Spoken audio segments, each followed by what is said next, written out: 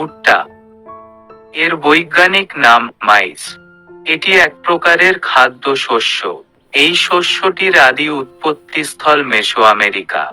ইউরোপীয়রা আমেরিকা মহাদেশে পদার্পণ করার পর এটি পৃথিবীর অন্যত্র ছড়িয়ে পড়ে। ধান ও গমের তুলনায় ভুট্টার পুষ্টিমান বেশি।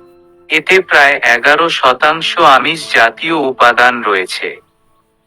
আমিষে প্রয়োজনীয় অ্যামিনো অ্যাসিড ট্রিপ্টোফ্যান ও লাইসিন অধিক পরিমাণে আছে।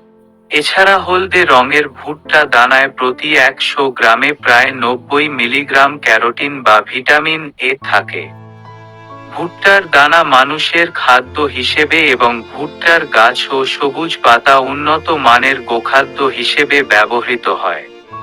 হাঁস, মুরগি ও মাছের খাদ্য হিসেবেও এর যথেষ্ট গুরুত্ব রয়েছে।